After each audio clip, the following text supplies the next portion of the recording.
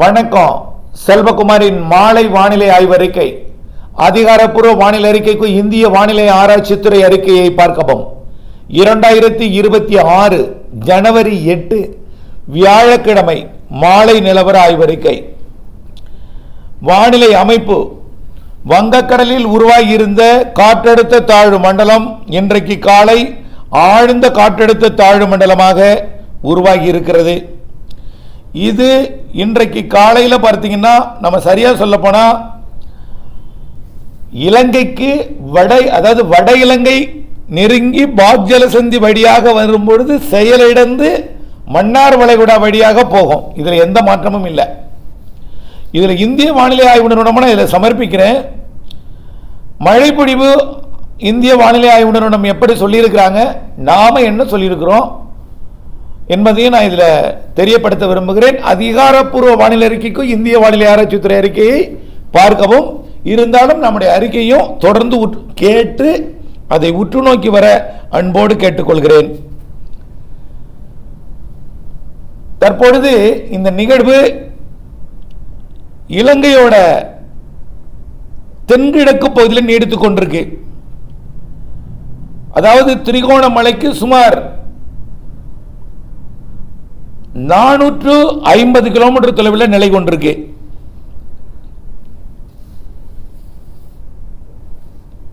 காலையில் 500 கிலோமீட்டர் இருந்துச்சு. வேதாரண்யத்திற்கு சுமார் 700 கிலோமீட்டர் தொலைவில் நிலை கொண்டிருக்கு. 700 காலையில் 750 இருந்துச்சு.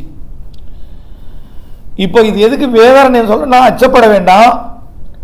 யாழ்ப்பாணம் அருகே வந்து செயலிழந்து அப்படியே பாக்ஜலசந்தி மற்றும் மன்னார் வளைகுடா வழியாக செயலிழந்து ஒரு காற்றழுத்த தாழ்வு பகுதியாக குமரிக்கடல் நோக்கி பயணிக்கும். இதை ஏன் சொல்றேன்னா, மழை விலகவில்லை. மழையே 10ஆம் தேதிக்கு மேலதான் பெய்யும். 11, 12, 13 தான் கனமழையே காத்திருக்கு. தென் மாவட்டங்கள், மேற்கு மாவட்டங்கள், மேற்கு தொடர்ச்சி மலை மாவட்டங்கள், உள் மாவட்டங்கள், டெல்டா மாவட்டங்களுக்கெல்லாம் 10, 11, 12, 13ஆம் தேதி 4 நாள் மழை இருக்கு. உறுதி உறுதி உறுதி. இந்த நிகழ்வு நாளை இலங்கைக்கு மிக நெருக்கமாக வந்து திரிகோணமலையை ஒட்டியே அப்படியே முல்லைத்தீவு வரும். ஆனால் இலங்கை மக்கள் தயவு செய்து அச்சப்பட வேண்டாம். இது புயல் அல்ல, காற்றழுத்த தாழ்வு மண்டலம், ஆழ்ந்த காற்றழுத்த தாழ்வு மண்டலம், அவ்வளவுதான். இது இருகாற்று இணைவை வடக்கு கிழக்கு மாகாணங்களுக்கு ஏற்படுத்தும் தான், தமிழ்நாட்டுக்கும் ஏற்படுத்தும் தான். ஆனால் டிட்வா புயல் போல ஒரு பாதிப்பை ஏற்படுத்தாது. இலங்கை மக்கள் அச்சப்பட தேவையில்லை. இந்த நிகழ்வு நாளை திரிகோணமலைக்கு மிக நெருக்கமாக வந்து பிறகு அப்படியே முல்லைத்தீவை ஒட்டி நாளை இரவு நாளை மறுநாள்லாம் வந்து 10ஆம் தேதி தான் இது யாழ்ப்பாணம் அருகே வர இருக்கிறது. நல்லா புரிஞ்சுக்கிங்க. ஆக 10ஆம் தேதிங்கிறது சனிக்கிழமை. அப்ப நாளை எங்க இருக்கும்? இலங்கையோட கிழக்கு பகுதியில் தான் இருக்கும். ஆனா இந்திய வானிலை ஆய்வு நிறுவன அறிக்கையில் என்ன சொல்லியிருக்காங்கன்னா, ஹம்மந்தோட்டாவுக்கும் கல்முனைக்கும் இடையில கரை கடக்கும்னு சொல்லியிருக்காங்க. ஹம்மந்தோட்டா கல்முனை என்பது இலங்கையோட தென்கிழக்கு பகுதி. அங்க கரையை கடந்துன்னா என்ன ஆகும்? நேரடியாக கொழும்பு போய் அப்படியே குமரி கடலுக்கு போயிடும். அப்போ மழை வராது அப்படிங்கிற கணக்கில் தான் இந்திய வானிலை ஆய்வு நிறுவனமும் ஆய்வறிக்கையில் வெளியிட்டிருக்காங்க. நான் இந்திய வானிலை ஆய்வு நிறுவன அறிக்கை நான் தவறென்று சொல்லவில்லை. அதை தொடர்ந்து உற்று நோக்கி வாருங்கள். நம்முடைய அறிக்கையும் உற்று நோக்கி வாருங்கள். நாம என்ன சொல்றோம்னா, அது திரிகோணமலை அருகே வந்து முல்லைத்தீவை ஒட்டி வந்து யாழ்ப்பாணம் மற்றும் காங்கேசன்துறையை ஒட்டி வந்து செயலிழந்து மன்னார் வளைகுடா வழியாக ஒரு காற்றழுத்த தாழ்வு பகுதியாக காற்று சுழற்சியோட மையம் மன்னார் வளைகுடாவில் அமைய அப்படியே குமரிக்கடல் நோக்கி பயணிக்கும். இவையெல்லாம் முற்றிலுமாக குமரிக்கடலை விட்டு விலகுவதற்கு 13ஆம் தேதி ஆயிடும். அப்போ 13ஆம் தேதிங்கிறது போகி பண்டிகை அன்றைக்கு முதல் நாள். அப்போ 13ஆம் தேதி வரைக்கும் மழை இருக்கு தமிழ்நாட்டில். 11, 12, 13 தான் மழையே இருக்கு. மெயின் மழையே 11, 12, 13 தான்.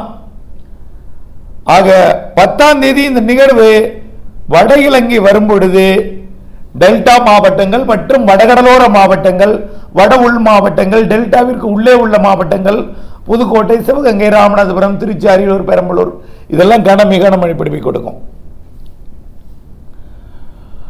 அதாவது 9ஆம் தேதி அதிகாலை கடும் மேகம் சூழ்ந்து கருமேகம் சூழ்ந்து தமிழ்நாட்டின் கடலோர பகுதி டெல்டா மாவட்டங்கள்லாம் கடும் குளிரை முதல்ல கொண்டு வரும். நல்லா புரிஞ்சுக்கிங்க, ஒரு நிகழ்வு எங்க இருந்தாலும் சுற்றுப்புற காற்றை ஈர்க்கும். திரிகோணமலை அருகே இருக்கும் பொழுது குளிரலை தான் தமிழ்நாட்டுக்குள் வரும். முல்லைத்தீவு வரும்பொழுதுதான் கிழக்கு காற்றலை ஏறும். யாழ்ப்பாணம் வரும்பொழுதுதான் முற்றிலுமாக கிழக்கு தென்கிழக்கு காற்று தெற்கு காற்று ஏறும். அதாவது நீராவி, வெப்ப நீராவி காற்று ஏறும். ஆக 10ஆம் தேதி தான் அது யாழ்ப்பாணம் வரும். அன்னைக்கு தான் இந்த கிழக்கு தென்கிழக்கு காற்று வெப்ப நீராவி சுமந்து வரக்கூடிய காற்று ஏறும். நாளை 9ஆம் தேதி காலையில் வட இந்திய குளிரலை, வடகிழக்கில் இருந்து வரக்கூடிய மியான்மர் குளிரலை இதுதான் வரும். இப்போ நாளை காலையில் கடுமையான குளிர், நடுக்கும் குளிராக இருக்கும். நாளை பாருங்க, நாளைக்கு எல்லோரும் ஒரு வித்தியாசமா பேசுவீங்க. என்னங்க இப்படி குளிருது, விடவிட விடவிட நடுக்கும். நாளை காலையில், நாளை மதியம் வரைக்கும் கூட நடுக்கல் குளிர் இருக்கும். அதுக்கப்புறம் தான் அது மழையா மாறும். ஆனால் நடுக்கும் குளிருக்கு இடையே கொஞ்சம் மழை தூறல், நனைக்கும் மழையெல்லாம் டெல்டா மாவட்டங்களில் இருக்கும். டெல்டா மாவட்டங்கள், கடலூர் உள்ளிட்ட பகுதிகளில் நனைக்கும் மழை, தூறல் மழை இருக்கும். நாளை மதியத்துக்கு அப்புறம் தான் லேசான மிதமான மழையாக மாறும். நாளை இரவு தான் சற்று கனமழையாக மாறும். நாளைய மறுதினம் அதிகாலை கனமழையாக மாறும். சனிக்கிழமை மிக கனமழை பொழிவு டெல்டா மாவட்டங்கள், வடகடலோர மாவட்டங்கள். பிறகு படிப்படியாக அது செயலிழக்கும் பொழுது விட்டம் பெரிதாகும். இதுல நிறைய கேட்டிருக்காங்க, சார் செயலிழந்து போச்சுன்னா அப்படியே புஷ்னு போக வேண்டியதானே சார், எப்படி சார் மேற்கு மாவட்டங்களுக்கு மழை தரும்னு சொல்றீங்க? ஆமாங்க, விட்டம் பெரிதாகும் பொழுது என்னாகும், குளிர்காற்று தமிழ்நாடு வருவது அப்படியே கர்நாடகா வழியா மங்களூர் போயிடும்.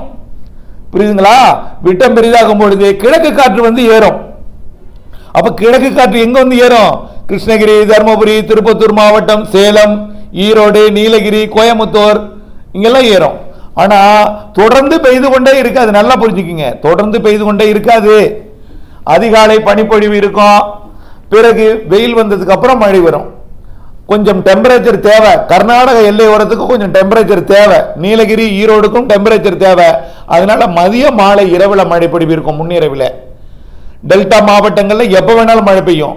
தென் மாவட்ட கடலோர பகுதிகளுக்கு எப்போ வேணாலும் மழை பெய்யும். தென் மாவட்ட உள்பகுதிகளுக்கு பெரும்பாலும் மதிய மாலை இரவுல அதிகாலை நேரங்களில் பெய்யும். தென் மாவட்ட மேற்கு தொடர்ச்சி மலை, கோயம்புத்தூர், திருப்பூர் உள்ளிட்ட மாவட்டம், திண்டுக்கல், கரூர், திருச்சி எல்லா மாவட்டங்களும் சொல்லிட்டாங்க. என்னங்க படிச்சுட்டே வரீங்க, எங்க மாவட்டத்தை விட்டுட்டீங்களே அப்படின்னு சொல்லக்கூடாது. தயவுசெய்து உங்களை இருகரம் கொப்பிக்கொள்றேன். எல்லா மாவட்டங்களுக்கும் உண்டு. கர்நாடக எல்லையோரம் கிருஷ்ணகிரி தான் ஆக கடைசி. அங்க எட்டி பிடிக்கிறது தான் பெரிய சவால். அங்க கூட தூறல், நனைக்கும் மழை, லேசான மழை, மிதமான மழை இருக்கும் ஆங்காங்கே ஆங்காங்கே. நம்பர் 1 இடம் டெல்டா மாவட்டங்கள். அதுலயும் நாகப்பட்டினம், மயிலாடுதுறை, காரைக்கால், கடலூரோட தெற்கு பகுதி. அடுத்தது திருவாரூர் மாவட்டம். அடுத்தது தஞ்சாவூர், புதுக்கோட்டை, அரியலூர் மற்றும் புதுச்சேரி இந்த பகுதி. அடுத்த இடம் ராமநாதபுரம், சிவகங்கை, திருச்சி, பெரம்பலூர் உள்ளிட்ட மாவட்டங்கள். அப்புறம் அதுக்கு அடுத்த இடம் அப்படியே எல்லா மாவட்டங்களுக்குள்ளே. அப்புறம் தென் மாவட்டங்கள் அப்படியே செயலிழந்து தெற்கு நோக்கி திரும்பும் போது ஒட்டுமொத்த தென் மாவட்டங்கள், தென் மாவட்ட மேற்கு தொடர்ச்சி மலை, நீலகிரி முதல் கன்னியாகுமரி வரைக்கும் மேற்கு தொடர்ச்சி மலை எல்லா மாவட்டங்களுக்கும் ஈரோடு உட்பட மழை இருக்கும். ஆனா தென் மாவட்டங்கள், மேற்கு மாவட்டங்களுக்கு மழை 11, 12, 13 தான். நீங்க 9, 10 எதிர்பார்க்காதீங்க. பெய்யலாம். 10ஆம் தேதி பெய்யலாம் ஆங்காங்கே. 9ஆம் தேதி எதிர்பார்க்காதீங்க. 9ஆம் தேதி டெல்டாவிற்கு உள்ளே வர்றது சிரமம். 9ஆம் தேதி கடலோரம் மட்டும்தான். 10ஆம் தேதி பெரும்பாலான கடலோர மாவட்டங்கள். 11ஆம் தேதி, 12ஆம் தேதி, 13ஆம் தேதி உள் மாவட்டங்கள், மேற்கு மாவட்டங்கள், தென் மாவட்டங்கள். புரியுதுங்களா? மழை கண்டிப்பாக உண்டு. 11, 12, 13 தான் மழையே பெய்யும். 11, 12 நிறைய மழை இருக்கு. 13ஆம் தேதி தென் மாவட்டங்களுக்கு நிறைய இருக்கு. 14ஆம் தேதி தென்கோடி, தென் மாவட்ட மேற்கு தொடர்ச்சி மலையில் தூறல் சாரல் இருக்கும். இது நம்முடைய அறிக்கை. புரியுதுங்களா? இந்திய வானிலை ஆய்வு நிறுவனம் அறிக்கை என்ன சொல்லியிருக்காங்கன்னா அதையும் நம்ம சொல்லிடுவோம். அதிகாரப்பூர்வ வானிலை அறிக்கைக்கு இந்திய வானிலை ஆராய்ச்சித்துறை அறிக்கையை பார்க்கணும்னு சொல்கிறோம்னா அதுக்காக அதையும் சொல்லிவிடுவோம். என்ன சொல்லியிருக்காங்கன்னா 8ஆம் தேதி ஆங்காங்கே மழை பெய்யும்னு சொல்லியிருக்காங்க. இன்னைக்கு கடலோரம் 8ஆம் தேதி இந்திய வானிலை ஆய்வு நிறுவன தகவல் 8ஆம் தேதி இன்னைக்கு கடலோர தமிழகத்தில் ஓரிரு இடங்களிலும் புதுச்சேரி காரைக்கால் பகுதிகளில் லேசான மிதமான மழை பெய்யக்கூடும். உள் தமிழகத்தில் வறண்ட வானிலை காணப்படும் சொல்லியிருக்காங்க. இன்னைக்கு மழை பெய்யும்னு சொல்லியிருக்காங்க. நம்ம இன்னைக்கு எங்கேயும் பெய்யாதுன்னு சொல்லியிருக்கோம். ஓகே, அடுத்தது 9ஆம் தேதி நாளைக்கு தான் நம்ம நீண்ட காலமாக சொல்லிட்டு வரக்கூடிய நாள். அதுக்கு என்ன சொல்லியிருக்காங்கன்னா கடலோர தமிழகத்தில் அநேக இடங்களில் புதுச்சேரி காரைக்கால் பகுதியில் உள் தமிழகத்தில் ஓரிடங்கள் இடி மின்னலுடன் கூடிய லேசான முதல் மிதமான மழை பெய்யக்கூடும் அப்படின்னு சொல்லியிருக்காங்க. ஆனால் நம்ம நாளைக்கு பெய்யக்கூடும் சொல்லியிருக்காங்க. அப்புறம் திருவாரூர் நாகப்பட்டினம் மாவட்டம் ஓரிடங்களில் காரைக்கால் பகுதியில் கன முதல் மிக கனமழை பொழிவும், ராமநாதபுரம் புதுக்கோட்டை தஞ்சாவூர் மற்றும் மயிலாடுதுறை மாவட்ட ஓரிடங்களில் கனமழை பொழிவும் பெய்யும்னு 9ஆம் தேதியில் பெய்யும்னு சொல்லியிருக்காங்க. 9ஆம் தேதி நம்ம 9ஆம் தேதி அந்த வாய்ப்பு இல்லை, 10ஆம் தேதி தான் பெய்யும்னு சொல்லிட்டு இருக்கோம். 10ஆம் தேதி தான் பெய்யும். 9ஆம் தேதி லேசான மிதமான மழைப்பொழிவு, குளிர் கடுமையாக இருக்கும். அப்படிப்பட்ட வானிலையை கொடுக்கும். கருமேகம் சூழ்ந்திருக்கும். காற்று வீசும். ஒரு மாதிரியா ஒரு லேசான ஒரு காற்று இருக்கும். காற்றுனா புயல் காற்று இல்லை, சும்மா சாதாரணமாக எந்த ஒரு நிகழ்வு இருந்தாலும், கடலில் ஒரு நிகழ்வு இருந்தாலும் ஒரு காற்று வரும் இல்லையா? நேற்றை கூட லேசாக ஒரு வீசியது, இன்னைக்கு கூட வீசியது சில சமயங்களில்.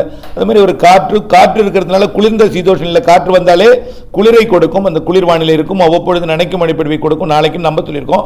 அவங்க மிக கன மழைப்பொழிவு சொல்லியிருக்காங்க. நாகப்பட்டினம், திருவாரூர் இந்த மாவட்டங்கள், காரைக்கால், இதெல்லாம் ராமநாதபுரம் புதுக்கோட்டை தஞ்சாவூரில் கனமழை பெய்யக்கூடும்னு சொல்லியிருக்காங்க. மயிலாடுதுறை எல்லாம். சரி, ரைட்டு. நம்ம 10ஆம் தேதி தான் மழை கனமழைன்னு சொல்லியிருக்கிறோம். நாகப்பட்டினம், திருவாரூர், தஞ்சாவூருக்கெல்லாம் இந்திய வானிலை ஆய்வு என்ன சொல்லியிருக்காங்கன்னா கடலோர தமிழகத்தில் அநேக இடங்களில், புதுவை காரைக்கால் பகுதியில், உள் தமிழகத்தில் ஓரிரு இடங்களில் இடிமின்னலுடன் கிடையாது ஓரிரு இடங்கள்னு சொல்லியிருக்காங்க. பாருங்கள், 10ஆம் தேதி கடலோர தமிழகத்தில் அநேக இடங்கள், புதுவை காரைக்கால் பகுதிகளில், உள் தமிழகத்தில் ஓரிரு இடங்கள் இடிமின்னலுடன் கூடிய லேசான மிதமான மழை பெய்யக்கூடும் சொல்லியிருக்காங்க. ஓரிரு இடங்கள் தான் சொல்லியிருக்காங்க. ஆனால் நாகப்பட்டினம், திருவாரூருக்கு கனமழை சொல்லியிருக்காங்க. ஓகே, 11ஆம் தேதிக்கு என்ன சொல்லியிருக்காங்கன்னா கடலோர தமிழகத்தில் அநேக இடங்கள், புதுச்சேரி காரைக்கால் பகுதியில், உள் தமிழகத்தில் இடிமின்னலுடன் லேசான மிதமான மழை பெய்யக்கூடும் சொல்லியிருக்காங்க. ஆங்காங்கே லேசான மிதமான மழை தான் சொல்லியிருக்காங்க.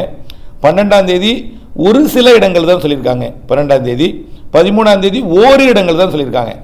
நம்ம மழை 11, 12 ஒரு சில 11 ஒரு சில இடங்கள், அநேக இடங்கள் அவங்க சொல்லியிருக்கிறது. 11ஆம் தேதி அநேக இடங்கள், 12ஆம் தேதி ஒரு சில இடங்கள், 13ஆம் தேதி ஓரிரு இடங்கள் தான் சொல்லியிருக்காங்க. நாம் 11, 12, 13 தான் பெரும்பாலும் மழையாக இருக்கும். தென் மாவட்டங்கள், மேற்கு மாவட்டங்கள், ஒரு சில இடங்கள்ல ஆங்காங்கே கொஞ்சம் பரவலான மழைப்பொழிவை கொடுக்கும். அப்போ மன்னார் வளைகுடா வழியாக குமரிக்கடல் பகுதியை நோக்கி நகரும். குமரிக்கடல் போகும்பொழுது கிழக்கு காற்று நல்லா ஏறும். இவன் நல்ல மழை பொழிவை கொடுக்கும். 10ஆம் தேதி வடகடலோரம் டெல்டாவிற்கு நம்ம மழை பெய்யும்னு சொல்லியிருக்கிறோம். இதுதான் நம்ம வேறுபாடு. ஆகவே இதை நம்ம ஒப்பிட்டு பார்த்து கொண்டே இருங்க.